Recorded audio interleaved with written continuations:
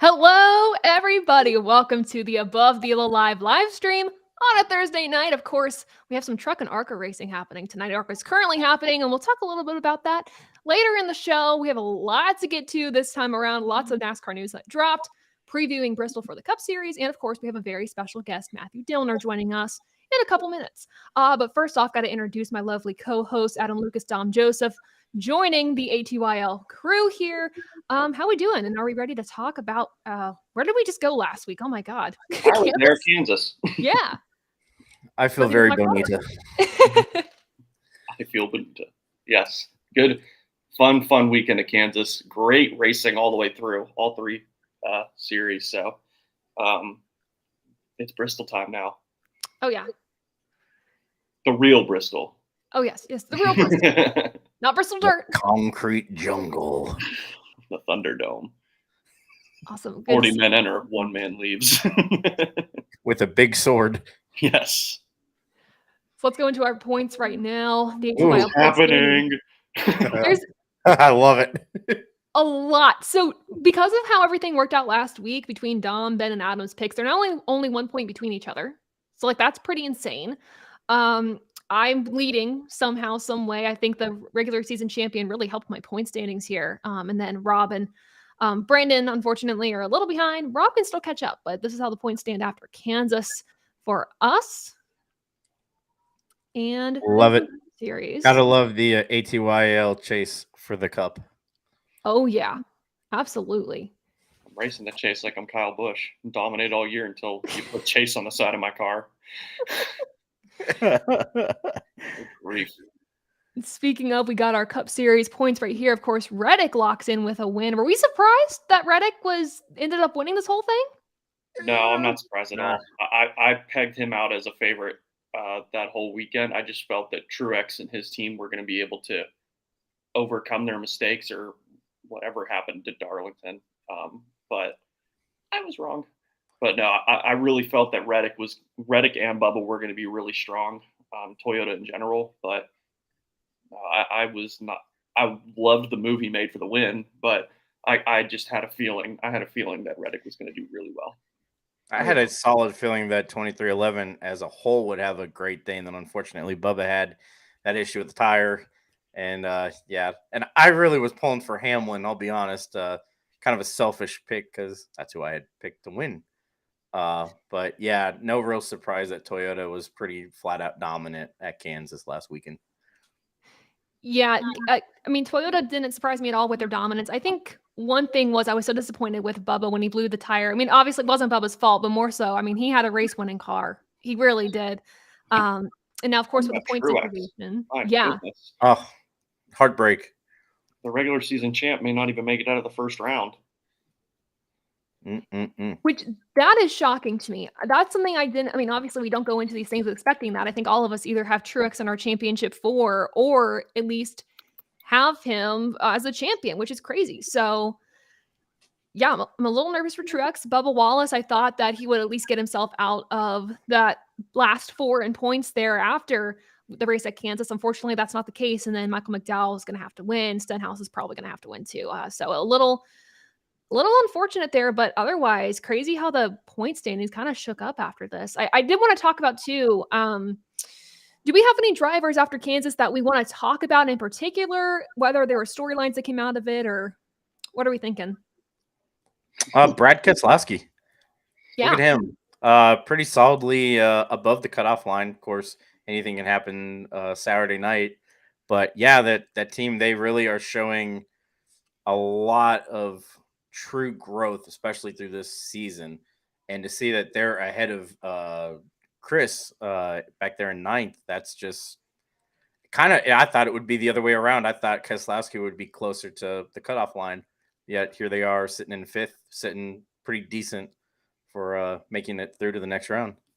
I think after a couple of races into this season, I think it'd be hard-pressed to say that Keselowski would be the best Ford in the field going into Elimination Day for the first round. So kudos to all of RFK. It's been a phenomenal year for, obviously, what else can I say about Chris Buescher? But Brad's been right behind him all the way through it. It's not like it is Buescher's dominating, Keselowski's also on track, it is Buescher's doing great and Keselowski is right there behind him. So really good run so far. And Brad's shown you he's a points racer.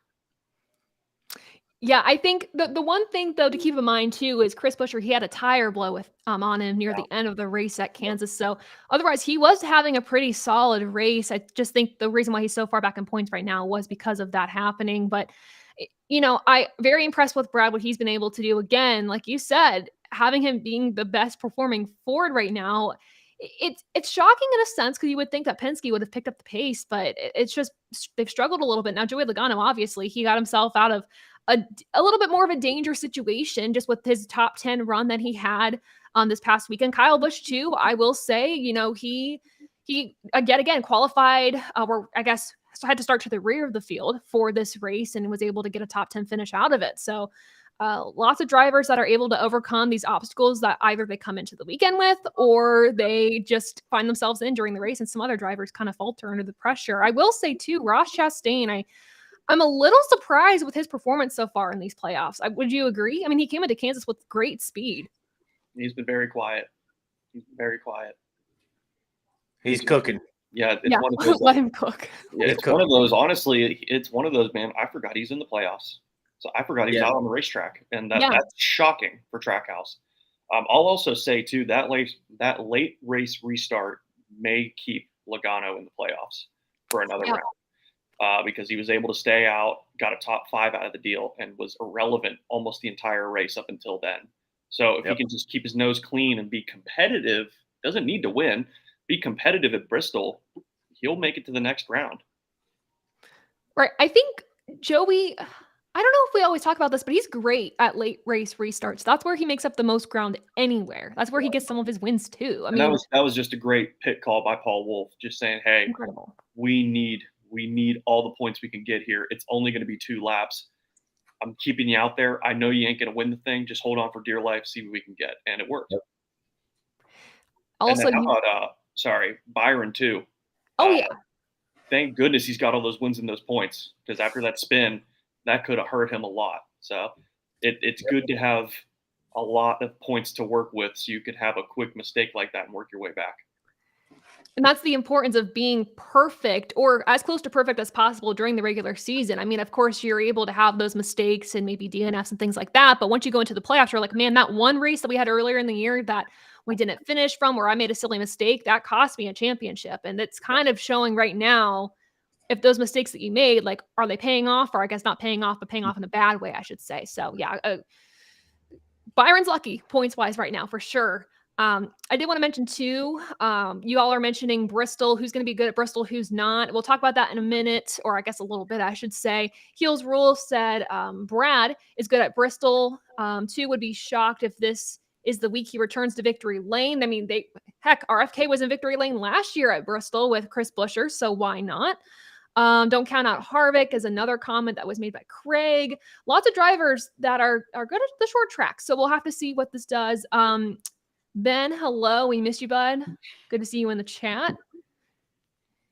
So, yeah.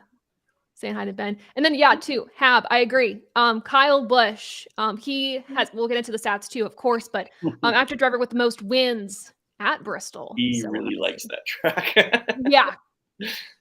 He likes it. So we'll have to see on the RCR short track program how it's evolved as well to see if it helps him out too. But what about the racing at Kansas overall for the other series that we had, whether it be, Truck, ARCA, Xfinity? It was a good weekend overall for Kansas in general. Definitely. I enjoyed the truck race a lot. It seemed to be, out of the 4, it was definitely, besides the Cup race, it was my other favorite. But yeah, just that track is just really, really a lightning rod right now. And when you get a track that has the right maturity in the surface and all the cars are matching what you need to get out of them, like white knuckle driving, that you're going to get near perfection every time. And I really think Kansas is just in that sweet spot. Oh yeah. Sure. No, it was an excellent weekend. ARCA was crazy because only the top 2 were on the lead lap, but we got a top 3 from Tony Breidinger. That was amazing. I loved it. But Connor Mosack was due for a win, and then Carson Quapple gets thrown into an ARCA car and finishes second. So Yeah. It's the talent we knew he had. So it finally gets to be put on full display for everybody. And then the truck race, yeah, it lived up to the billing. It was going to be one of those, everyone's going to feel things out for the first 132 laps, and then we'll go racing. So, yeah, and then Eckes winning, that was a good win because it's the reminder of they are fast. That 19 team is quick. They're on pole for tonight's race. Yep. So they're going into the next round, guns blazing. And then Xfinity, my goodness. What a time that was. Well, I just couldn't get over the fact that every incident on track pretty much happened on the nose of Kligerman's car, and he had to drive all of it. Man, he really had to work to get into the playoffs. And then, of course, the Cup race. It's another home run for Kansas Speedway. It just continues to raise the stock of that racetrack. Well, so overall, summary, fantastic weekend at Kansas for all series involved. Excited for what it brings us next year for sure. But it is that time, folks, that we have our guest joining us live on the stream. We're going to bring in Matthew Dillner. Hey. Hey, Matthew, what's going on? What's up, y'all? How are you doing? Do I see a green Sundrop shirt? You do see a green Sundrop shirt. My man. Got this at the race, at the Wilkesboro late model race. It's my first late model race. We're off to a great start, man. Yes, absolutely. Just for you. Because everybody knows whether you're in the deal or not, Sundrop is like the nectar of the gods. Yes. Oh, yeah. Definitely, by far. The official drink of late model racing. Thanks, great, man. Anytime you can go around the corner here and get a can of soda and it has a late model stock car on it, that is completely righteous. Yeah, absolutely. Well, Matthew, how you doing? What you have going on? Man, just came back from a little family dinner. Actually, it's my day off. So took today and tomorrow off, spend with the family a little bit. And I almost forgot, and then you reminded me yesterday, hey, you still good for tomorrow? I'm like, oh yeah. So I'd never blow you off there. So Taylor, I've been a big fan of yours and some of the things you've been doing in the space for a little while, and you've got a bright future. And y'all, I'm gonna get to know y'all too. Yeah. Oh yeah, we're gonna get to know the crew. I'm gonna get to know all y'all. Well, I appreciate the kind words, and I guess just jumping right into it too. I mean, you're a storyteller at heart. I mean, great stories, great pieces that you put together. Where does that passion come from? How did you build that into your system, that storytelling ability? It's just authentic. I don't have to fake it because, I was telling my son today, my son's like 8, and we were talking about, he asked about Stafford Motor Speedway. I didn't have my Flow shirt on before. I had a Stafford Motor Speedway shirt. Nice. And he was like, Stafford, are we going to go to Stafford? And I'm like, yeah, dude, I'm going to take you to Stafford one day because, Daddy and, Uncle Bob and Grandpa Dillner and Grandma, we used to go to Stafford on Friday nights, and then we'd go to this track on Saturday, then this track on Sunday, and that's what led to it. It's a natural thing where you grow up in a stick and ball town, and nobody understands your sport, nobody understands you, so you find ways. You love your sport, right? And then you find ways to convince other people just how cool your sport is and why you like it so much. So because of that, I think that naturally is, and because I'm kind of a talker, it's just natural, Absolutely. And I guess too, when you look for stories to share, you have unique stories, whether it's about the tracks, lost speedways, we'll talk about that too, for sure. But even just particular drivers, what to you makes a good story? What stories do you gravitate towards to tell? Obviously I'm a big history person, but that's just one side of the many wheat, there's so many different things. Racing's just an interesting sport, and it always will be because it's forever evolving. The characters are different, the cars are different, the situations are different. So you're never going to run out of stories to tell. So honestly, what I look for is authenticity. And vulnerability is another word that I like to use. Yeah.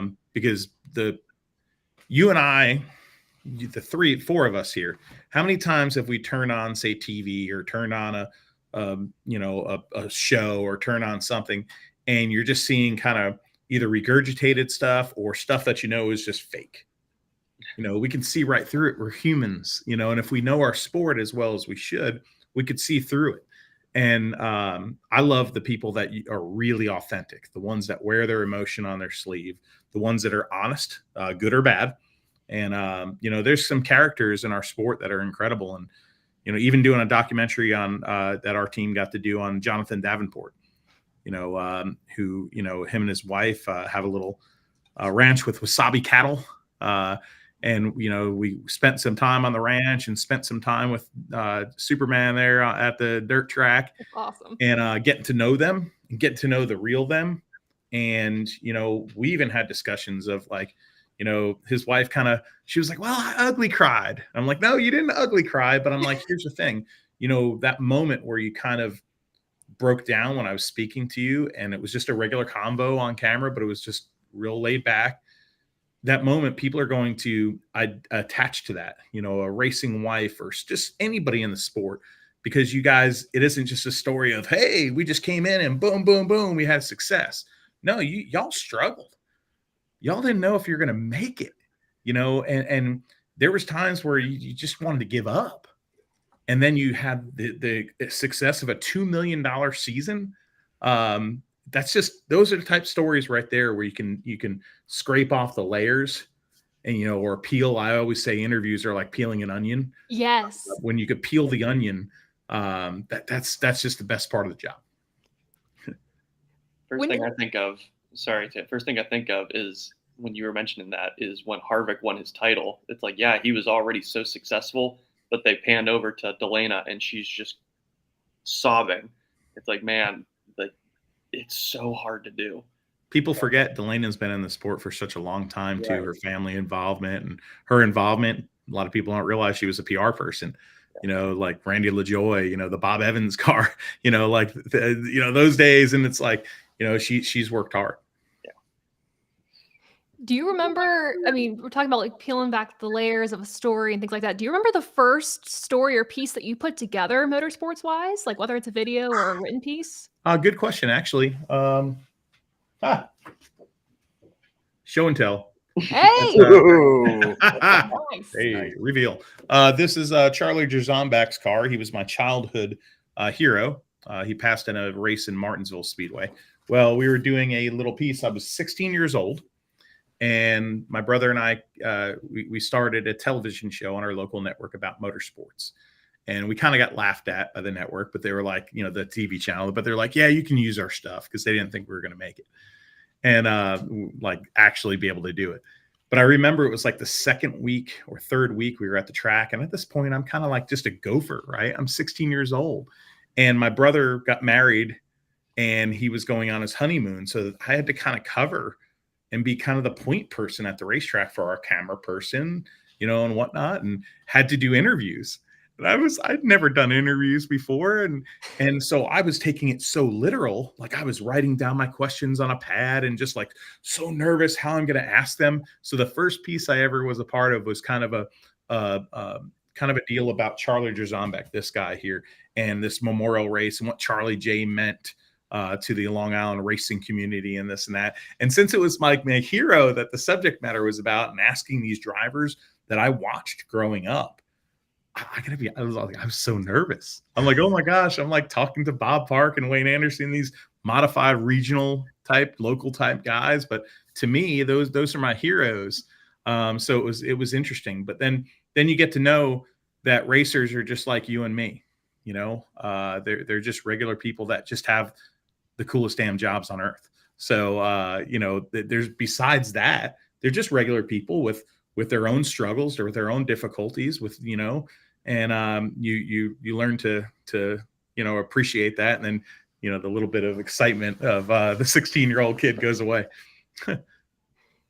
Definitely over time, like it, not like the excitement wears off, but I feel like it changes. Would you say that's true? It turns into something different. Yeah. There's people that it changes and they get jaded or they get wore out or they get disinterested or they just take it like a job. Or those are the people that, they exist in our sport. I'm not going to lie. But they just don't have the it factor, the passion. And I mean, look at me. I'm getting old now. I'm not the greatest looking guy, like I'm not some suave guy, like, I'm not like TV friendly, whatever. But like, if you think about it, like, I think I've survived because of passion. Yeah. And it's passion for making my sport a better place. And I'm not saying it to be like a pageant answer, but like, I don't care if you put me at a quarter midget track right now, or if you put me at, the sprint car million, or you put me at a cup race, like I spent like almost 20 years, I'm going to like work in the sport and do the best I can because I really love it. And I wanted to ask you too, different variations of like motorsports that you've been involved in. Ben is actually in the chat right now. He wanted to ask you about the smart modifieds. Like, what got you into that? Smart Modified Tour is a huge passion of mine. There's 2 series. We were just having this big conversation today with Flow Racing that I'm just like uber passionate about. Cars Tour, late model stocks are just incredible because I think it's one of the best short track series in America, period. And it's a little South Atlantic, if you're not a follower, if you're listening to the show, it's a South Atlantic late model tour. And obviously it's gotten a little more interest because of the ownership group with Dale Earnhardt Jr. and Kevin Harvick and Jeff Burton and, just the whole deal. But like Smart Modified Tour is my other one down here in this region that I'm passionate about. And it all stems from the fact that I'm a modified guy. I grew up chasing modified races in the Northeast, and that was my passion, my bread and butter. It was kind of my everything, to be honest with you, growing up and as a child. So down south here, the modifieds kind of faded. And all that was left was Bowman Gray, but there wasn't really a really strong touring modified deal going on. And Chris Williams is the guy that runs that tour, that operates that and owns that tour. And, I didn't really trust him. I'm not going to lie, because I'm like, oh, is this guy a business guy? And then I got to know like that he grew up literally on the grounds at Martinsville, and he's a big modified guy. And we developed a friendship. And now between all those drivers in that modified scene in the South that I know, between my relationships with him and other people on the Smart Tour, I'm just on fire for that tour. I think it's super strong. You're getting almost 30 cars a race. In the short track landscape right now. That is incredible. Just 3 years ago, you would have think 15 was a good car count. And they're just modifieds, man. They're the sexiest beasts in the history of racing, in my opinion. They, think about it. It's like they are big crazy. old engine with the header sticking out, just gnarly angry. You got just the big chrome horn bumper, open wheels, Nerf bars. It's like, if you can't go to a modified race and just think that is like just epic, you just don't get it. Yeah, I think the first thing I would do if someone asked me to show them a hot rod is I would show them a modified car. Yeah, baby. Okay, Sundrop shirt and you're pro modified. 2 for 2. Well, let's put it this way. I'm definitely a modified novice, if not amateur. Hey, come to where you live, man. I live 20 minutes south of Charlotte. I'm in Rock Hill, South Carolina. Okay. Look at the Smart Modified Tour schedule. Next one you want to go to, I'll get you hooked up with the deal. You come experience it, and come experience what we call the ground pounders, man. And come hang out. I'll show you around, introduce you to some people. Hey, we're gonna bottle that magic up. That sounds great to me. Take me up on it. So I actually have another question. Yeah. Racing obviously is not only just a passion, but it's been your career. Yeah. If you didn't have racing, where do you think you would see yourself? Like, what career path do you think you would have gone down? I don't know, to be honest with you. My father, we grew up, cleaning, repairing gutters, roofs, doing odd jobs, physical labor. I guess I'd probably be in his footsteps or whatever if there was no racing, but he always took me to races. My family, we were at the racetrack every week, at least once, sometimes 3 times a weekend. I don't know, man. In general, I've come to this synopsis in my life as I get older and I kind of understand myself a little bit better because, y'all are in your 20s or whatever, like when you hit your 30s, you're going to understand yourself way better than you did, 10 years before that. And I've come to this realization that I'm truly comfortable with now of the fact that racing's almost saved my life. Racing's, I got bullied as a kid and didn't have a good high school, didn't have a good school life. And was just, when I look back at it, I didn't know any different back then. When I look back at it, I'm like, oh my gosh, that was awful. But the one thing that I had was racing. And I went to races with my family, and I had that. And I had that passion, and I had that, connection there. And that was like my safe spot. And, it still is. If I've had bad days working for like ESPN. I remember Martinsville, I had this horrific day, just ugh. And I said, I know what I'm going to do. I left that night and I went to 311 Speedway in Madison, North Carolina. I bought a ticket, sat on the top row, got a corn dog, bought a seat cushion, and watched dirt late models. And I was all there. That's awesome.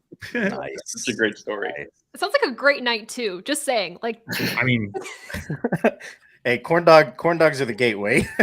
yeah, dude, you got a corn dog, I'm in. But yeah, man. I mean, there's nothing better. Like I look at so many things in life, and it's like, if I had to choose to do anything, yeah, I work in the sport, but there's times I like to just go to the sport and just watch. Yeah.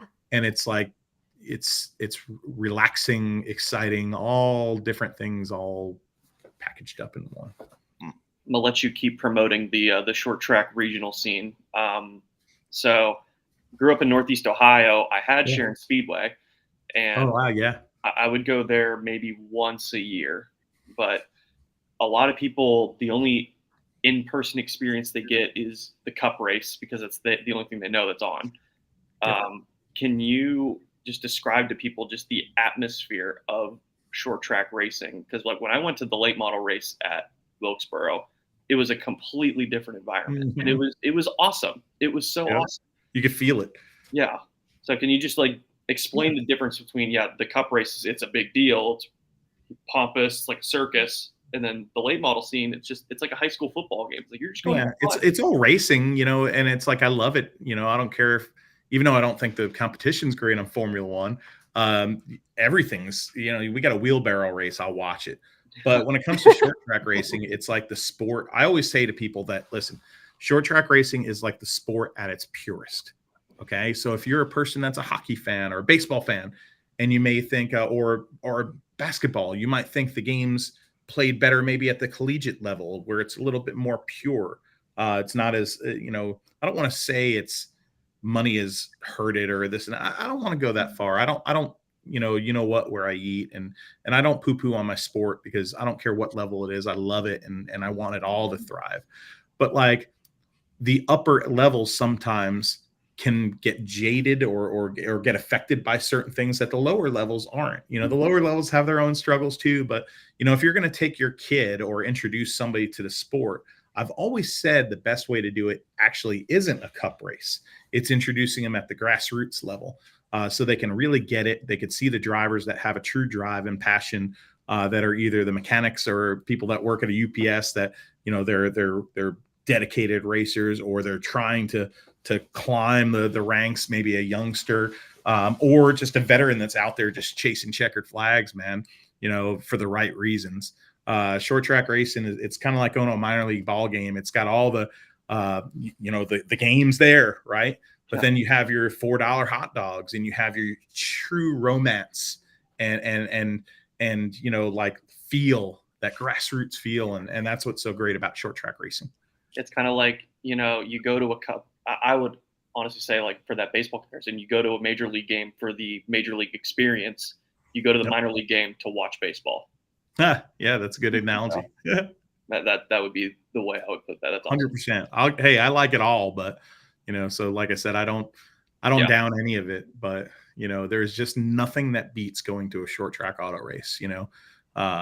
It's just nothing. I mean, Bowman Gray Stadium, for example, I tell people in this area, if you don't know what racing's about, go take your kid and go up there, because you get to sit there on a Saturday night in a beautiful facility, great bathrooms, all this stuff, blah, blah, blah.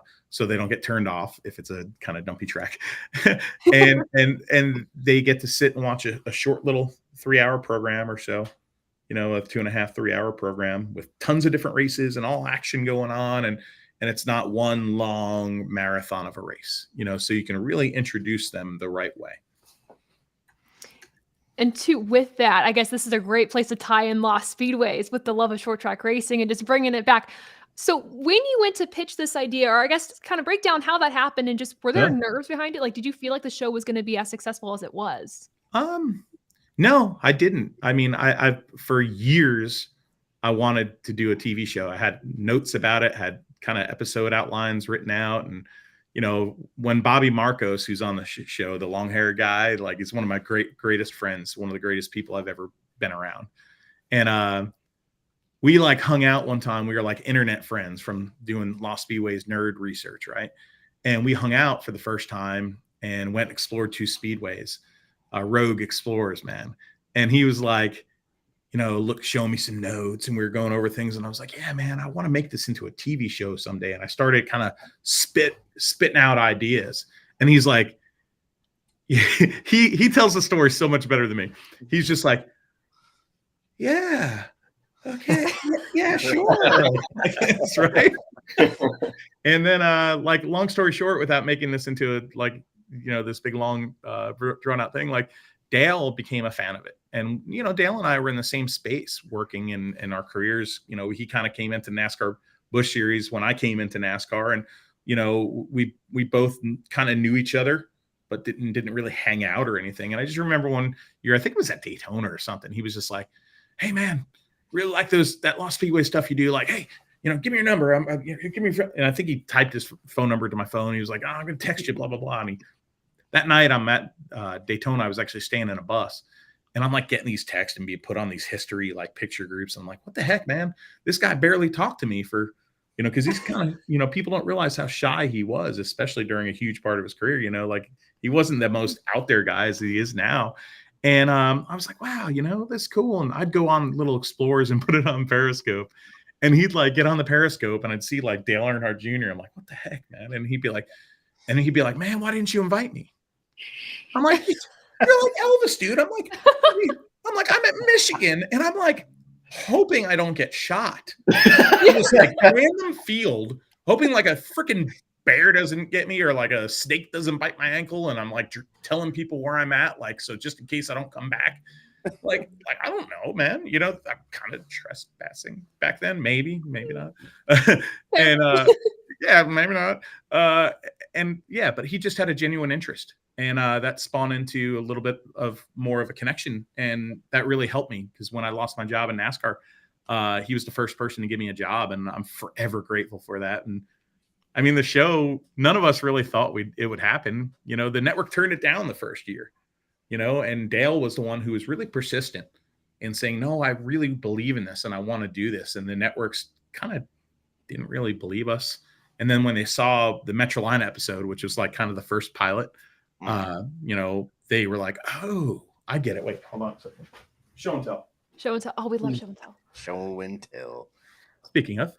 Oh, wow. Yo. Metrolina jar from first episode. So, yeah, a dream project. I said to the boys, I don't care if we get 2 seasons or 10. If we get a second, we're a success. And we all need to be happy and proud, especially because I think the show has, I think the thing that I'm most proud of is the fact that it was a very small effort, grassroots effort to even do the show. We're in like the big budget New York Yankees type stuff, but and also because we really shined a light on history and things that don't usually get a light shined on it. So that's something I'm just like still. We literally had a conversation today about it, and am so proud of, you know. Yeah, it was a great show. Honestly, that's what introduced me to more short track racing, like real. Yeah. Sweet. Yeah, I mean, I started watching NASCAR in 2016, 2017, so it's fairly new to me. And so when I saw like you and we're doing that show in Dale, I was like, okay, I'll give it a watch. And like that's how I learned so much more. And then I started going through like Wikipedia searches, and like it just led me down a rabbit hole. So yeah, you could get down some rabbit holes. Heck, I was just having a conversation with somebody here at Charlotte Motor Speedway, you know, that works upstairs, and they were like talking about North Carolina racing history. And my, you know, research brain just like tripped. And I went on, me and a buddy of mine, JJ, we went on this like little kind of on our off time hiatus of whacked out research to find out some interesting things of the origins of the history of motorsports in North Carolina. And I think it's stuff that nobody even knows and has heard of. So it's kind of exciting, some of the findings we're finding. But, it takes a nerd. And I wear the flag proudly. You're in the right group here. We're all racing nerds. It's all nerd out. We're kind of like me and Dom. We're kind of Taylor's reference guide for a lot of stuff. Oh yeah. Especially if it's pre-2016 for her, it's like she's getting a little fancy now, right? Like she's the wardrobe, the hair. Like she's got the nice mic set up. She's got lights in her room now. Like she has a bumper. She's got a beat with that. Like some sort of like star here or something. Like she's got freaking mood lights behind her Jeff Gordon car or whatever it is back there. Like, I mean.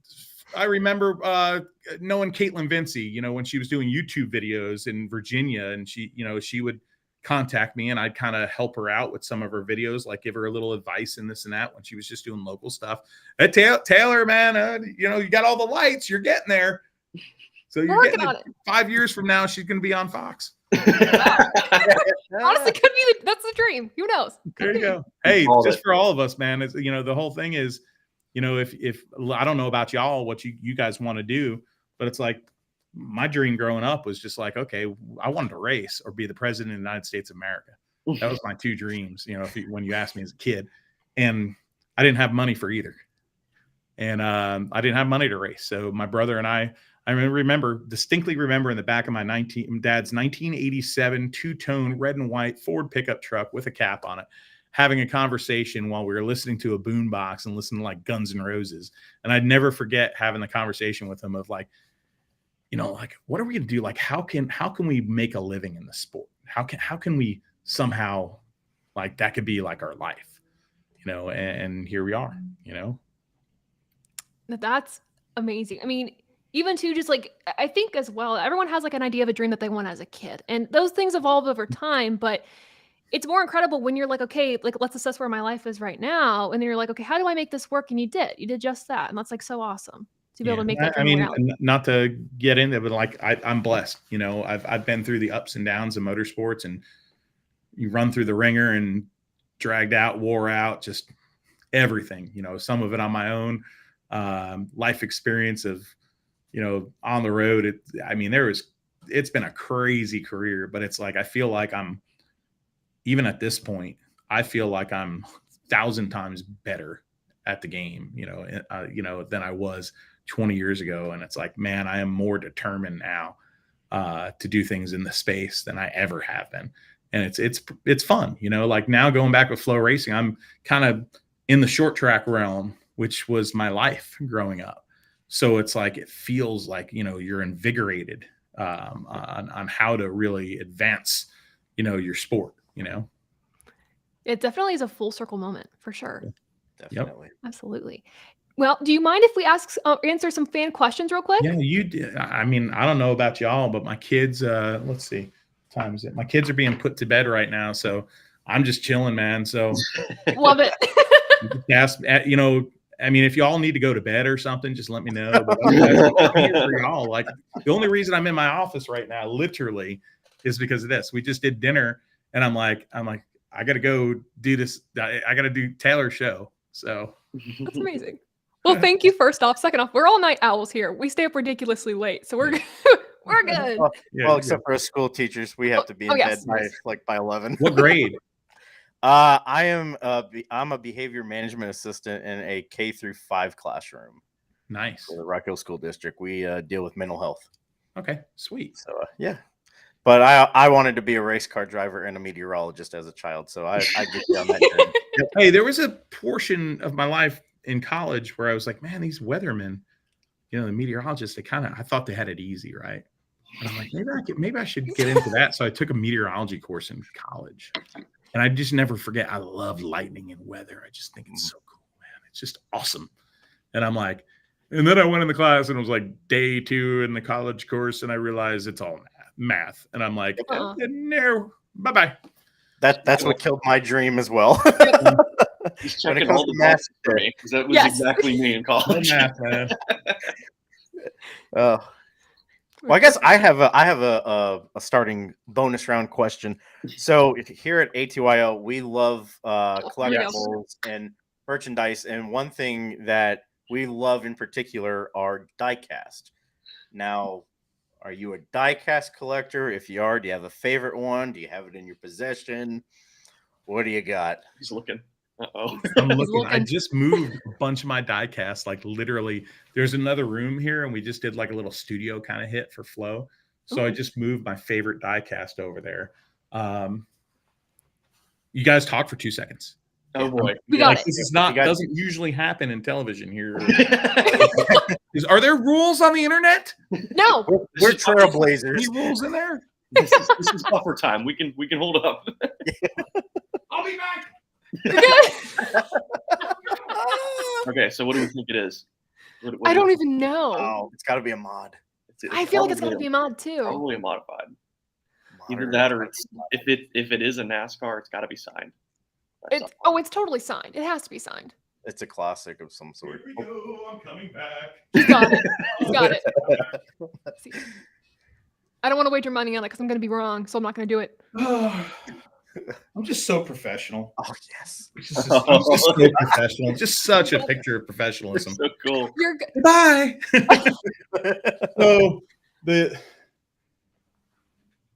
a really cool Bobby Allison one. Anyway, I'm not a diecast collector. When diecast first started coming out, I was like, "This is cool," and I'm like trying to buy all this stuff, and I'm like, "Ah!" And then it's like, I'll never be able to keep up. That is me all the right money, now. and then it's like, okay, what am I going to do with like 1,000 cars in 10 years? Like, what am I Same. going to do with these things? Shedding light on the problem. It's an obsession. Exact problem. It's an obsession. But Yeah. like, I squashed the obsession. Oh, And then I truly said, I'm not going to do the mass-produced, and nothing against them. I've got friends that work at Lionel. Incredible company. The things they do is incredible, but I'm a weirdo. Like, I like the really obscure stuff. So Charlie Drzonbeck, favorite driver of all time. Oh, 215. nice. How about that? This one is rad, dude. Check this out. Calvin Mousy Kempster. So Mousy Kemp, like, race car drivers don't have personalities like they used to. Or just the corporate infrastructure and processes of our sport don't allow this. Like, I don't know if you can see, but it says 3K and it's got a mouse smoking a cigar on it. Oh my God. That is cool, man. wow. Mousy was a close personal friend, and then the Genesee beer car of Dutch Hogue. So Oh, I love that. Dutch Hogue was, the Hogue family, 4 generations now of motorsports. I'm great friends with them. Dean, the 2nd generation, just passed. I just actually performed his funeral, which was the most nerve-wracking thing I've ever done in my life. But it was an honor. One of the greatest racing families that I've known. It's an honor to even have his car in here. And actually, that's one of Dutch's trophies back there. Oh, So, wow. Oh, wow. That way is my finger pointing right there. So, Nice. but yeah. Sorry, what show and is your- tell is like always my favorite thing in school, and you just did it for me. So what is your actual like go-to racing collectible for memorabilia? Like, what is your go-to? What do you like? I mean, he's got trophies. Yeah, like Oh. it's weird now because as you get more and more into the sport or older or whatever it is, you start to gravitate to things that really personally mean something to you, rather than things you buy. Right. And I'm getting to the age now, I guess, where people are gifting me things, and I never have had gifts before from competitors in the space and things like that. And my dad's helmet's right there. That's one of my favorite things in this office. Wow. But the blue suit back there, that's right there is very the trophies right here are, oh gosh, yeah, how could I forget those? They're right over my head. So those trophies are Metrolina Speedway. Okay. Yeah. Metrolina Speedway. They had a race called the Metrolina 500 that was a 250 lap modified race, and then a 250 lap late model sportsman race, which is the predecessor of the Busch series or the Xfinity series. So you get your Jack Ingrams in it. You got your Ray Hendrick competed in both. You get your Harry Gantz, Dale Earnhardt, Sonny Hutchins. You got these big names, right? And Ray Hendrick, who's arguably one of the most successful short track racers in the history of the South, swept both in one day. Wow. All 500 miles. He swept it. Wow. So we did a tribute kind of thing, the Smart Modified Tour for the Hendrick family, this event called the Flying VA Classic, and to honor Ray and his son Roy, who was a racer himself. We were just sitting there, at the track, and he's like, "Hey, check out this box right here. These two trophies. I think you'll like them." So I'm looking at one. I see Metrolina. I'm like, "Wait a minute. There's two of them. Is this what I think it is?" And he's like, "Yep." Because I'm like, I knew of that, and I was like, "Oh my gosh!" So I'm like, "This is so cool." I hope you guys think this is cool. I was like, yes. I'm like, I'm like, "Oh my God, can I go take a few pictures of him or a video shot of him?" And he's like, "Well, yeah." I'm like, "I'll go take him over there and I'll bring him right back." He goes, No, they're yours. And I'm like, "What?" I'm like, no, I can't do that. I'm not like, I didn't want to say I'm not worthy, but like, no, that's like a legend and that's your family and this and that. And he's like, "No, you guys here at the Smart Tour and y'all, are honoring my family and, what you did with Metrolina Speedway, the Lost Speedway show and all." He goes, "I just thought you'd really care for it." And I'm like, blown away. I think it's like the greatest gift. It's like, oh my gosh, so having things like that and that blue suit right there, David Rogers, who, short track racing people know this, but maybe people that don't study as intensely, but he had a perfect season at New Smyrna Speedway and perfect season in the what's now you see the short track guys going for the NASCAR Advanced Auto Parts weekly racing series, like championship, that national title. Yeah. Josh Berry won it. Everybody knows that the other year. But like Connor Jones is Connor Hall is going for it this year. And anyway, David Rogers, that's one of his fire suits. He passed from cancer, and his family was going to send me a trophy, and I was like blown away. Right? I open up this box, and it's a fire suit. I'm like, oh my gosh! I'm like, this is incredible. Like I've never, it's important. Like I say this, and a few people that know me might think this is like a repeat line, and I don't give a darn because it's just truth. Like you need to know in your life, in your sport, whatever. There's times you need to just, and I say this a lot, but like there's times you need to just sit and stop and think, what would the 8-year-old you think? And seeing things like that and just being involved in some of the things that I get to be involved in the sport, it keeps you in a positive mind frame. It definitely keeps you on your toes. And I love that idea of like, what would your 8-year-old self think? It also kind of keeps your sense of wonder alive too. Yes. Yeah. I think that's that whole, what would your younger self think? Like I'm going through that right now because I remember you as Cam Guy from Garage Cam when you would go to the garage back in 2012. Word. Yeah. Yep. I was in the chat waiting to see Joey's Home Depot car every week. No way, dude. Yeah. Did I ever shout you out? Yeah, I got every once in a while. So, yes, I always. Dude, what the cool thing about that show is, and I hope I'm not taking up too much time here, but like, not at all. The coolest thing about that show was like when Turner, I was working with Turner, Turner Sports and NASCAR.com, and they were like, "Yeah, we get this idea, we're bringing back Garage Cam." I'm like, "Okay, yeah, that little stationary cam you used to have," and you just like a lot of us would be in the media center and be like, "Hey, and watch the Garage Cam," and you'd go out there and do something goofy in front of it. It's just like a static camera, like almost like a Ring camera at your house, right? You know what I mean? So they're like, "Hey, we want to bring back this concept, but we want it to be a roving camera for a half an hour before practice." I'm like, freaking genius. So they're like, "Hey, you're going to do it. You're going to wear this cancerous backpack but with like 30 cell phones in it, whatever." I'm not sure about cancer. That's terrible. I lost my dad to cancer. Anyway, I have a weird sense of humor. So they're like, "Wear this thing." I'm like, okay. So it's like, okay. And then they're like, "Okay, you're going to wear this thing and then you're just going to rove around." I'm like, "Okay, am I going to tell the fans anything?" They're like, "No, we don't want you to talk."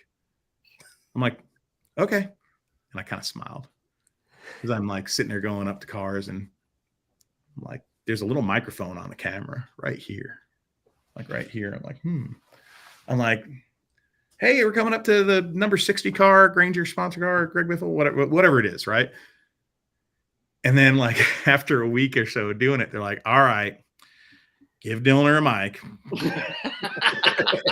Amazing. And then they're like, then all of a sudden some drivers started talking to me and stuff. So I, like started, they talked to me naturally. Cause I mean, if I didn't have a camera, they'd be like, hey Dillner, what's up? And I'd be like, hey, so they say I have a camera and I'd have to go like, hey, I'm live on Garage Cam, so they knew and they didn't say anything that could get them in trouble.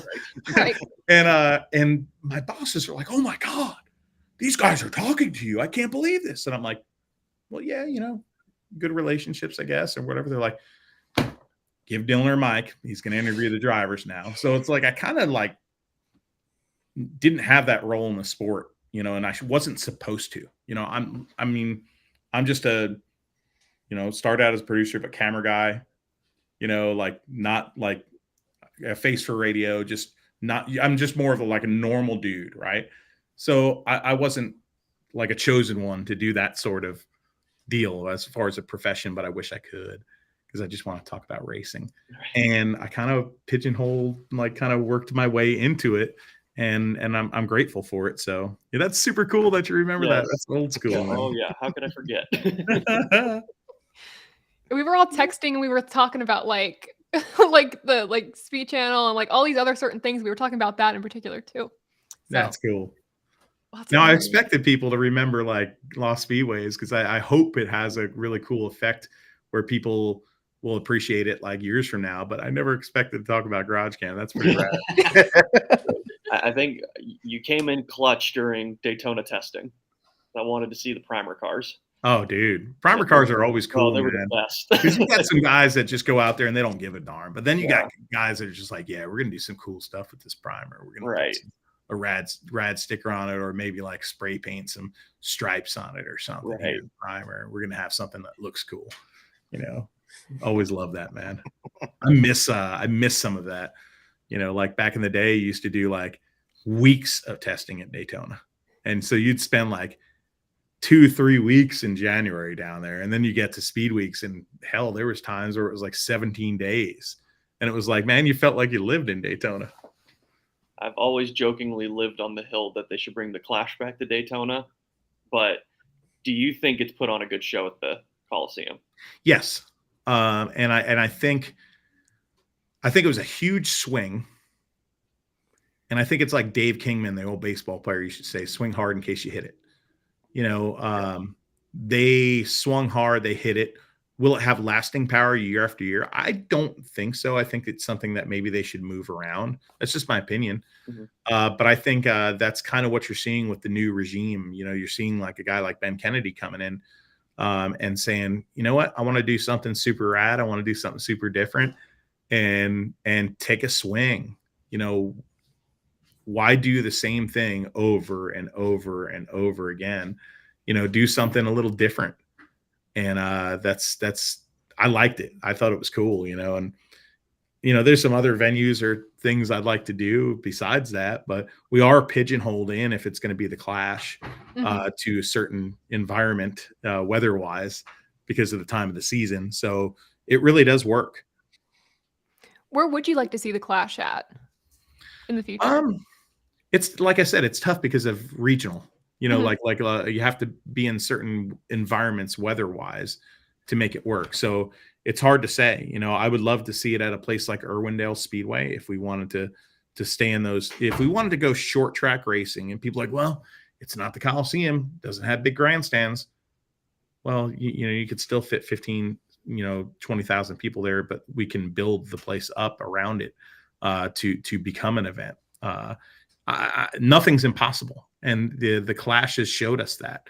Having a NASCAR Big 3 series event at Eldora Speedway years ago was just like, no, that ain't going to happen. Oh, no way. There's no way. Well, it happened. And it was great. It was so good. Nothing is impossible. You could say, I'd love to travel that thing and I'd love to go visit this short track somewhere, but I don't think it could happen because they don't have this or that. Well, we literally went to this LA Coliseum, and we literally built a racetrack in there from scratch. So don't tell me that exactly. nothing's, I mean, everything is possible. I wanted to close it out. I wanted to ask you one thing. As a storyteller, I know you listen, you read a lot. What is your favorite line from a call from a race? Whether you've said it or someone else has said it, what line sticks in your mind of one of the greatest calls of all time? Really dorky for me, it would be, for myself, selfishly, it would be, I called this race at Bowman Gray, first time I ever, I think, called a race at Bowman Gray. And this car that's like a beloved character car there, it's called Pintang. It's half Pinto, half Mustang. And it's all rusted out looking. It's just like super rad. And I just remember like this crazy 3-wide, 4-wide finish, and Pintang somehow wins. And it was like he was like in third or something. And I just lost my freaking ever-loving mind on the broadcast. Just like, Pintang! And it was so funny that, like, I look at it and I kind of appreciate it now. Like, not like, hey, but like, I'm like, oh, that was really cool, because I love that place and I love that racetrack and I love the competitors. So that was cool. But I don't know. Thinking about other broadcasters, it's more the styles that I like. There's different people that have different styles and things that I like.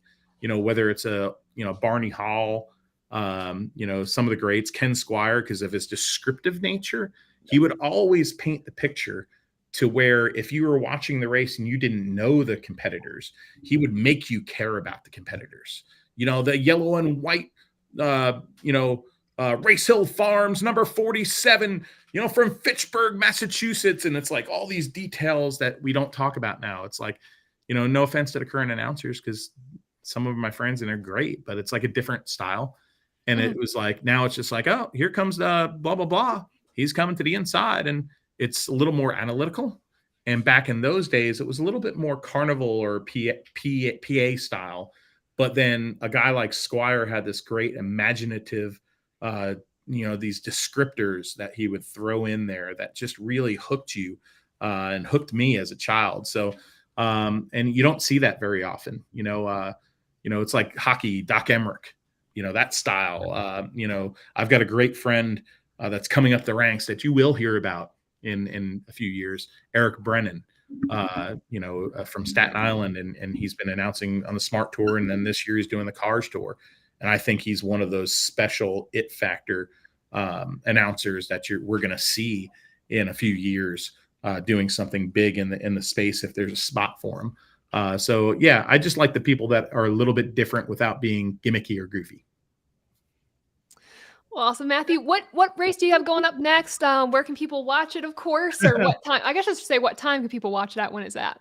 Yeah, I don't know. I'm like all over the map. I'm traveling like every weekend through like, I don't know, Christmas or something. I don't know. Smart Modified Tour. I'm always at those events. We have one Sunday at Lonesome Pine Motorsports Park in Virginia, the inaugural Mod Squad Nationals. But I'll be at a lot of things. I'll be at an NHRA race next week, I think. I'll be at the BC 39 at Indianapolis Motor Speedway after that. We're working on some really cool documentaries, ones that I can't talk about yet. But there's some really cool ones coming that we're working on that, oh God, I wish I could say. But there's some pretty sick stuff coming out, Flow Racing, because we've been doing and I'm not saying this to be like a plug, so forgive me, but we've been doing this Legends of Racing series, and the Bettenhausens episode, if you haven't seen it, it just doesn't jump out like, oh, I want to watch the Bettenhausens unless you really know racing.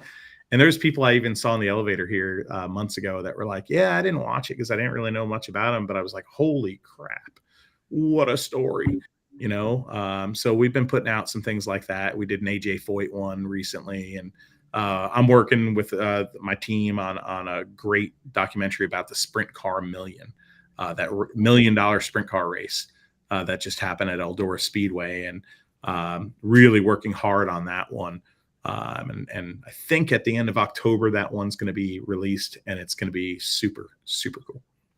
Oh gosh, I am so excited to watch that one. Oh my gosh. Well, thank you so much for joining us, taking the time to speak with us about everything under the sun, racing your career. It's been a true pleasure to have you here. Hey, in all seriousness, and I hope I've messaged you because I think you're, I don't know you boys yet.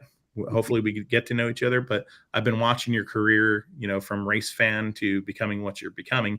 Keep it up, and keep that passion. Don't lose that. There's going to be people that will tell you And I had somebody tell me in the sport one time, and we put it on I put it on a special kind of intro video essay I did for the intro of the North Wilkesboro race weekend. And they actually played it before the race, which just like made me like literally tear up.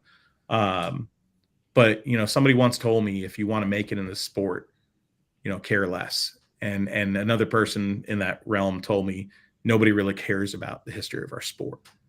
And like in both instances, I tell people, I'm glad they were wrong, and make sure y'all keep that passion, and don't let the industry tell you how you should be.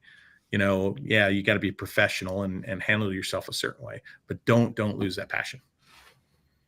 We will not lose that passion. We are big racing fans, big fans of racers, but also we just love this industry. So we will remember that for sure. Absolutely. Awesome. Thank you, guys. Thank you so much. That's Matt. And y'all are going to get in touch with me on social media and all that stuff. Cause I don't know what y'all's ones are.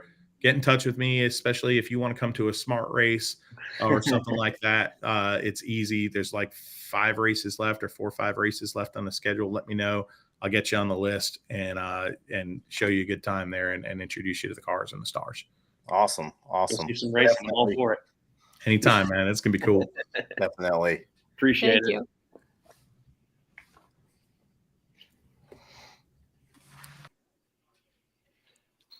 He's the Wow. man. Cam guy. That was awesome. You can breathe now, Taylor. Yeah. That was literally so cool. Yeah, Matthew and I have been talking for a little bit. I felt like it was time for him to have him on the show for sure. Great storyteller. He has such an incredible career. So it was awesome that he took the time to speak with us today. So thanks again to Matthew. Oh my gosh. I feel like we need to do like another episode with him. There's so much more that we need to learn. Like there's just so deep much. dive. Yeah. We'll do a documentary on the start of the Busch series. Yes. Oh my gosh. We need to pitch that to him, really. Yes. Oh my gosh.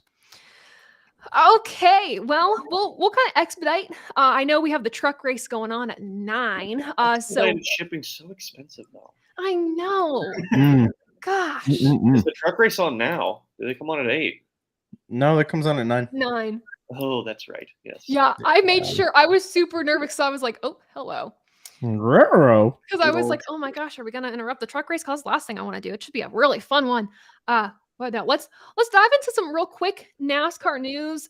Just to make sure y'all are up to date on what's going on in the world of NASCAR.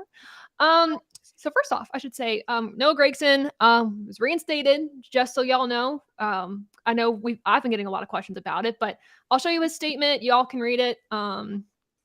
Oh, there we go. That's what I want. Essentially reinstated. Don't know anything about his future plans yet. We just know that he's, allowed to race whenever he can. So there's that. Speaking of other announcements, because I know there was also like, well, where's Noah going to go next year? Speaking of silly season, I guess. Well, Colleague is supposed to make an announcement tomorrow at 1:45.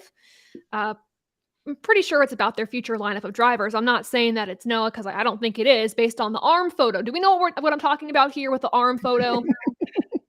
I think the entire social media world does. Crazy. Like, if you don't know what I'm talking about, Chris Rice posted a photo of him shaking hands with another driver, and literally people are analyzing this arm. I was one of those people. I jumped on the bandwagon. I'm not proud of it, but I did. And everyone's like, oh, it's Daniel Hemrick's arm for sure. And everyone's like, no, it's Matt DiBenedetto's. So long story short, we're going to figure out who's going to be racing maybe in the 31 or whatever Colleague's lineup is going to be for next year, probably tomorrow. I don't know if we have any like speculation around it or what our thoughts are. My thought process too is, Derek Kraus, he's been doing some one-offs for Colleague. He's going to be there this week at Bristol in the Xfinity Series, and he's going to be there racing for them at Phoenix and Homestead. I got the order flipped for those, but mine was like, well, maybe is he going to be in their future lineup full time? Like, what does that look like? But for this 31 car, that's obviously kind of the main focal point probably of tomorrow. I don't know what you guys are thinking. Kraus definitely ain't getting a cup ride, but well, no, he's not. Definitely not. Definitely not. Like maybe more in Xfinity for him, but definitely not cup. For sure. Yeah, and I think let's say Hemrick gets promoted, that'll probably be the move. That Kraus would just take over that Xfinity car. Yeah. But was listening to XM, and Zane Smith also said that a deal is done. Mm-hmm. And he said, quote, "It's all I've ever wanted." So that tells me it's a cup ride. Yep. So we'll just wait and see. I could be reading too deep into it, but I Well, think Zane's got a cup car. I think it's a cup car as well, but it's which cup car? Ben is calling me out. Tomorrow might just be pandemonium. That's the thing. There's so much news happening right now. And my thought process with Zane Smith is like, I've thought about this for the past few months, ever since Justin Haley announced he was going to RWR. I'm like, maybe Zane's also going to RWR. Maybe they're trying to develop that team, make it a little bit more something like race winning with their alliance with RFK. Zane, I mean, he was like, my future is secure. Like, I feel more secure, stable. And he also mentioned in the interview, he's like, a lot of athletes don't know when their time's up. Kind of in the sport, you don't know when your time is up in the sport, and he feels solid with where he's going. And I'm like, well, maybe this is a program that's going to be seen through long term. I don't know, but again, we're not sure. We also have the news of SVG coming to the USA in 2024, like Adam mentioned right here in the comments. And that's a big thing. It's a development program with Trackhouse Racing, going to be racing late models, Xfinity, Truck, Cup, not full-time in Cup, guys, but it will be a development program. Justin Marks did say, though, today on the radio, Sirius XM NASCAR radio, we all listen to the radio here, that this could be... Yeah, Ben. Yeah, Ben. Get with the times, bud. That Trackhouse isn't going to be like putting in their own team into like Xfinity and whatever, but that SVG would be involved in Xfinity in a big way. But they're still waiting on the schedule to come out and things like that. So I think that's exciting. Do we think that's the right move to have him not be full-time in Cup right now? I'm assuming this is a yes, but disagree. I would love for someone to disagree. No, you can't throw him in right away. You can't do that. With the lack of oval experience, no, he needs to learn. I mean, yeah, and it's like, I feel like they did that with Marcos Ambrose. They kind of threw him in right away after he won one Busch race. And it just. But I think they're doing the right thing and literally putting him in every race car. Yeah. So he has experience in anything and everything. So should he get a full-time ride in Cup, he's ready for any kind of situation. Yes. I was thinking like this is going to be a really like rigorous, vigorous, whatever it is, program. Like he's going to have to switch disciplines left and right, it feels like. And it'll give him the experience that he needs. But it'll be kind of insane. Well, the one bonus to this is think about all the track time he's going to get on ovals now. Yeah, that's the thing. Plenty of time. We might be getting the old Kyle Busch deal where he's running Truck, Xfinity, Cup all in the same weekend. So that's true. He's going to be worn out. Whew. Kyle Busch used to do Truck and Xfinity in the same day and then run Cup the next day. True. Along with full practices. He'd usually do 2 of the 3.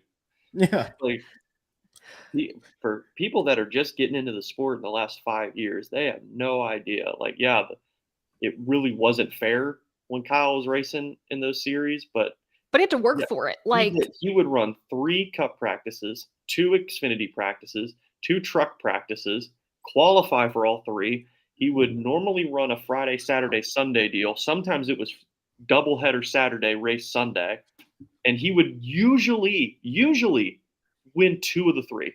Yep. Yeah. That's absurd. And then everyone got mad that Kyle was racing in the other series, and there was a whole debate. He won 13 Xfinity races in one season, which is wild. Yeah. Remember the sweep? Which one? Exactly. Yeah, we're a Bristol night race. For people that don't know, Kyle Busch 2010 and 2017 won the Truck, Xfinity, and Cup race all in the same weekend. And those cars are, I know the most recent sweep set is on display at KBM. The last 3 were, I don't know if they still are though, but yeah, it's like, man, that dude owned Bristol, and he owned the Xfinity series. And it's like crazy because I was just looking at this. Toyota got into what was then the Busch Series in 2007. And back in those days, the Busch Series, they ran 35 races. Mm-hmm. And in 07, they won twice. They got 2 wins. Toyota got 2 wins, one with Jason Leffler, one with David Ritterman. Gibbs goes to Toyota in 2008. Toyota won 20 nationwide races in 2008. Nuts. And Insanity. most of those came between Tony Stewart, Denny Hamlin, and Kyle Busch. Yep. That they were so good, and like that they still are today. Like, especially now, like I'm glad Kyle has made the move over to RCR. Sorry, I'm ranting. Go for it. I'm glad Kyle's made this move over to RCR. Now has to run a Colleague Xfinity car, because now you can see how in like the stranglehold JGR has on Xfinity. Yeah. Yep. That 20 car has been no joke. The 20 car has been dominating since 2008. That's the 20 and the 18 have been dominating since 2008, with a couple stints from the 54. Right. So like it's unprecedented what they're doing in Xfinity. It's ridiculous. It's insane. I mean, and to even just this year, I mean, like you said, I mean, it seems like every year the 20's dominating, Joe Gibbs Racing's dominating. I mean, John Hunter Nemechek is probably the favorite for the championship this year, like by far. It's a matter of can he close the deal? You think about it, John Hunter was in the lowest of low equipment, Nemco Motorsports, which is a family-run team, but he was winning races in that truck. Yep. Climbed the ladder, got a Ganassi ride, got a win with Ganassi, and then made the move to Cup. It was front row, 2020 COVID year, all kinds of different things. Drop back down. He gets in this 20 car, and he got 6 wins in 1 year. Yeah. So yeah, it just shows you like you can have good talent, and then you get in a Gibbs Xfinity car, you're gonna destroy. You're gonna make a career for yourself. Yeah. So that's my soliloquy. Yep. I love it though.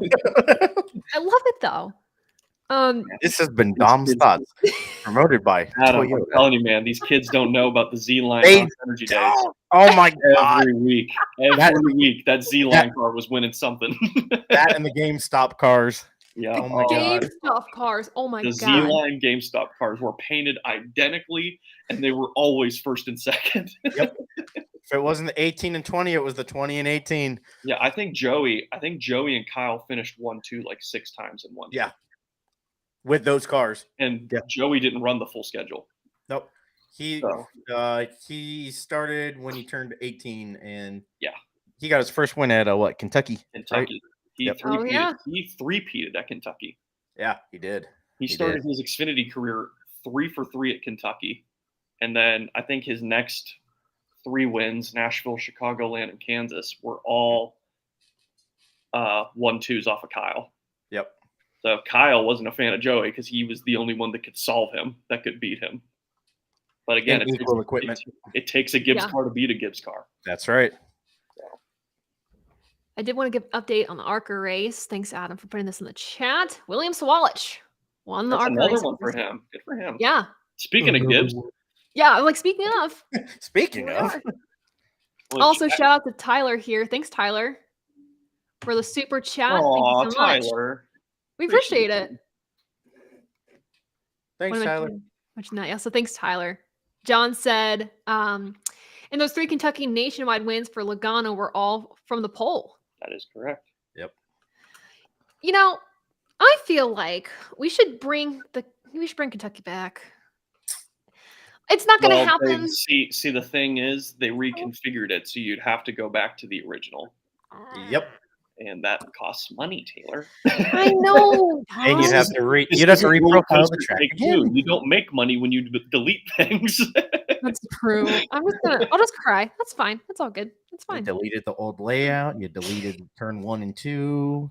I do think it's hilarious though, like how that was very much pretty much a 2 to 3 groove racetrack, but it was a 9-lane speedway. Yeah. The track was so wide for no reason. For real. They could only race like 2 lanes. Like, but near the end of it, I know they tried to do the PJ1, but still couldn't. That made it worse. Made it way worse. I don't know if you remember this, Adam, but the one thing I did like about when we ran the old Gen 4 nationwide cars there is how quickly, because I mean, obviously it's such a flat track, you have to get off the gas and brake. But they would get right back in the throttle so quick there. You like could just right tell. up, like before you'd be halfway through turn 4 and you'd be gunning it already. Yeah, I mean, and it was so to the point of how wide that racetrack is. It was so inviting. You could gun it because you had the room to let it roll itself. Yeah, man, they would. Just God forbid you cut down on the apron because you're gonna get a concussion. Yeah, I think so. In Joey's first win in 2008, Kyle had to start from the rear, and I think he got to first in 20 laps. It was something ridiculous. Like that. So, yeah. But by that time, that was just natural for us to see the Kyle Busch show. That was part of the ticket. Was all right. Let's see if he can start dead last and see how fast he can get into the top 5. Redefining the Busch series. He redefined it. Yet again, this is a shameless plug for that podcast to get picked up somewhere somehow. Well, we have it in now with Mr. Dillner. Maybe he can help us get our the Busch series podcast on Flow. Unofficially sponsored by Busch. Oh my God. Yeah, when we reach out to him on social media, we'll be like, "Hey, Matthew, thanks for being on the show. I want to connect with you about an idea that I've been having. Have I got a show for you?" Essentially. Listen here, partner. Tom, Adam, this is the 4th straight week you've talked about just the Holiday Inn cars. Can we at least mention the Whisk and Reese's cars, please? Oh my God. Oh, he did mention a really good Busch Series car, the Bob Evans car. Yes. That was a shameless Busch Series plug. Yes, I think he's a closet Busch fanatic like we are. He wants it to come back. We got to have him come back. Yeah, bring it back. Matthew will have to be a guest on that show. Tyler knows who drove the Holiday Inn car. There we go. Yeah, there you go. We love it. That's a real Busch Series fan right there. Scott Wimmer, Busch Series legend. I did want to say before we get into our Bristol preview, how do I do this here? This is new. Hold on a second. I'm trying to figure out this new thing. Do it. Hold on. Adam's wearing a hat. We have hats. Oh yeah, we have hats. Not me. Get yourself an Above the Yellow Line hat. Scan the QR code or go to abovetheyellowline.com to get yours. They're really cool. We love them. Yes, wow. And they're comfy. Call 1-800-111-ATYL. Just pay processing. Love to see it. Y'all can just Cash App me. I'll put my Cash App info in. We got our Bristol stats, of course, track facts. Y'all see those. You know those. We're just going to do a really odd transition into this, but that's fine. Driver stats. Last driver to win the Bristol night race, obviously, was Chris Buescher. That was such an exciting one. Kyle Busch, most track wins of the active drivers. And then look at our average finishes since 2020 and just overall. Elliott's up there. Larson, obviously. Harvick. So yeah, pretty wild stuff. Jones, even. Talking about Eric Jones. But who do we think is going to win this weekend? Let's talk about it before we do our random draw. And I think we should start off with just talking about the truck series first. Of course, Christian Eckes is racing from the pole. Do we think that he could get the W tonight, or do we see some other driver getting the win? Bristol's such a comers and goers race, I feel. It's the same distance as the ARCA race, only 200 laps. So maybe if he's got the truck, he can hold him off. But, I'd like to see a Zane Smith get up there. Yeah. Because he's been a little quiet these playoffs, personally. But I just think Eckes is in a good spot right now. And then he has momentum. Ty Majeski is the defending winner, and I think he's got something to prove that he can win without cheating. So we'll see. We'll see if Majeski, because the problem now is you can't be super slow now, because that's just going to show. Well, now we know why you're in the playoffs. Right. So you got to prove a point that you can win without making adjustments. If you can win fair and square. Yes. And Ty Majeski, I just want to make sure I found this right. He is starting. Ooh, is he starting towards the back? He is. Oh, wait, no, never mind. He's starting 4th. Yeah. So if he can just be up front and Greatest. stay competitive, I think he can pose a challenge. Yeah. For sure. So yeah. So I think somebody asked about that in the comments. So I hopefully answered your questions. I did want to say before we even get to talking about Cup for a second, Designer Dub. I just want to throw this out there. We have to mention this.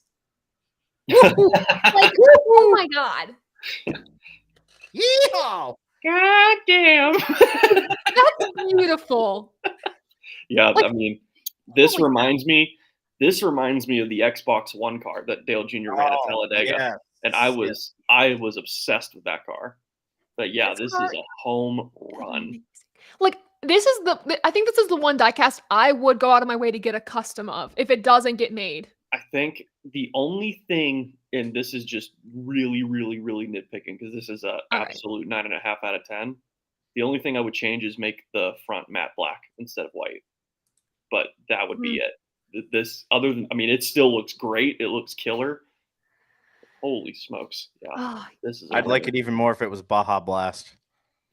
Oh, you better stop that! I can't be stopped. You can only try to contain me. This that thing literally. It's nice. I think for me, this is the best car. Everybody pre-order. Like everybody in this group chat, pre-order right now. Force them to make it. Pre-order. Yes. Force them to make the car, because if they don't, I'm gonna cry, and you don't want that. So let's make sure that they the make easiest way for them to make the car is for him to win the race. Yes. So let's call it a mulligan day. I know it's elimination day. Let's call it a mulligan day. Let's just move the 31 up to the front. It's like a reverse wave around. My God. I do want to mention with Truck Series 2 real quick. I know I said we were going to move on to Cup, but I did want to say Stephen Malazzi, shout out to him. TobyChristie.com writes for us, but also is racing in the race tonight. He's actually going to be our guest next week, next Thursday. Had a really cool deal with Outback Steakhouse. I went from a waiting there to having them as a big sponsor this week. I think a primary sponsor on his truck. So I thought that was pretty cool. So shout out to him. I want to make sure. Where is he starting this race? I should have paid attention to that. Oh, he's starting 34th. So made the main event. He's in. Hey, he's in we'll see how he does. He's in the show. Which is a big deal. Big deal. If he's in, he's got a shot. I think that's what he told us. Hey, absolutely. He's getting a paycheck. Yeah. That's the biggest thing in racing. So super happy for him. We're excited to see how he does tonight for sure. Does the Bloomin' Onion top 10 still apply? Yeah, does it still apply? Can this apply? Oh my gosh. And then also for Xfinity, Dale Jr. is going to be racing this week too. That's a big story. He's back. He's back. Yeehaw! Now, we're not expecting him to win. I mean, he even said, don't expect me to win. He's like, I'm just going to go out there and have fun. But how cool is that? That's awesome. Leads 249 to 300 laps. Steps on it. Dom is going to be wearing that shirt all weekend. Nah. Everybody get your tubs of Hellman's mayo ready. It's going to be we're going to all be bathing in it tomorrow night. Ahead of you. Going to Jimmy John's, getting me a sandwich, getting extra Hellman's on it. We're ready. Sounds like a perfect Friday night. For real. Yeah. Oh my God. How about these picks? It's time. Let's do it. It's time to do our picks. Here we go. Of course, on Above the Yellow Line, we randomly generate our picks for the weekend out of fairness and out of complication. So let's do this. We are unofficially unsponsored by YouTube. We are unofficially An NFL Sunday ticket. Yeah, we're actually sponsored by the NFL. Just kidding. Okay, so here we go. Well, one of us does get a paycheck from the NFL. That is valid. It's very valid. Alrighty, so our picks this week. 3. Let me write this down. 3. I think. What is this? Bet? No. I don't know who 3 is. 3, 1, 4, 6, 2, 5. So that would be Brandon. But, Oh, Brandon. Taylor, Ben, and Rob. Okay. So we know Brandon did not turn in his picks, unfortunately. So I guess first pick really goes to you, Adam. Yee! And that is hilarious because I need to pull up who I picked. I'm going with I'm gonna keep going with the Denny Hamlin train until he gets a win. Hold on, because I got to see who I picked. I'm taking Denny Hamlin. I got to see if I have to be mad at you or not. You got Hamlin? I think you're gonna be mad at me, Tom. Hey, you're gonna laugh, Dom. You're gonna laugh.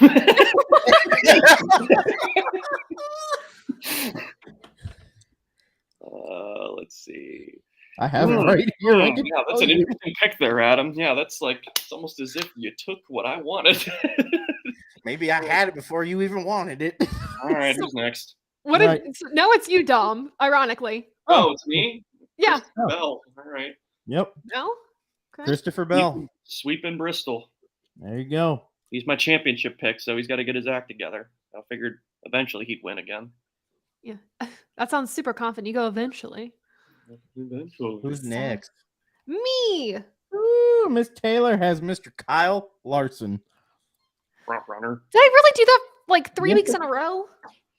I mean, it's a very safe bet. I mean, it is. Man. I mean, I've picked Denny Hamlin for 3 weeks now, so you can pick Kyle Larson for 3 weeks. What the hell? Here. You know, it's worked out for me so far, Yeah. kind of. So, all right. Ben is next. All right. Mr. Ben, he has Mr. Brad Keselowski. There we go. Speaking different Ben in the chat. Yeah, looky there. And Then last but certainly not least, Mr. Rob Branning. he has chosen the defending race winner of this race, Mr. Christopher Buescher. So Gibbs, Roush, Hendrick. That's what's They are a simple bunch. You got confidence. You know what? I was gonna put Brad as my number 1 pick for this weekend. I was. Brad Keselowski won this race. Thank you, Larry. So those are our picks for this weekend. So yeah. I don't know. Someone scanned the QR code. We're in business. What? Nice. Let's go. Thanks, guys, for scanning that QR code. We love to Plot see twist, it was Ben. Not Ben W, but Benjamin. Oh, well, we will give you time to get some snacks before the truck race because I know I need to get like popcorn or something. Usually my race, like weekend food or I guess race week food is like chicken wings. I don't have any this time, so I need to improvise here. But we'll get your snacks, get your Coca-Cola, whatever you drink. But that was it for the ATYL live stream. Get yourself a Busch beer. Oh no, not a school night. Shameless. I'm gonna go get my PJs on and watch Yes, this. you put things on. Right behind you. Yes. And let's watch some truck racing. It's truck racing in America, truck night in America, I should say. But NASCAR news, TobyChristie.com is where you can find it for all the latest, not even just NASCAR, but motorsports in general. And also, I believe, news slide up here, AboveTheYellowLine.com. It's where you can find some of our work, most of our work, but also merchandise, and just keep up to date with what we're doing over here at ATYL. And of course, make sure to follow us on all of our social media platforms, and also make sure to check out the full episodes of ATYL out pretty much every Monday. We'll have it out this Monday as well. I know we have the race on a Saturday. Again, Saturday Bristol night race, not Sunday, but we'll have our episodes out on Monday. Follow our social media pages, and a special thank you yet again to Matthew Dillner for joining us. That was such a fun show. We'd love to have him on here, and we loved having you join us in the audience this week. We will see you next week, but enjoy a great racing weekend at Bristol. And until next time, we will see you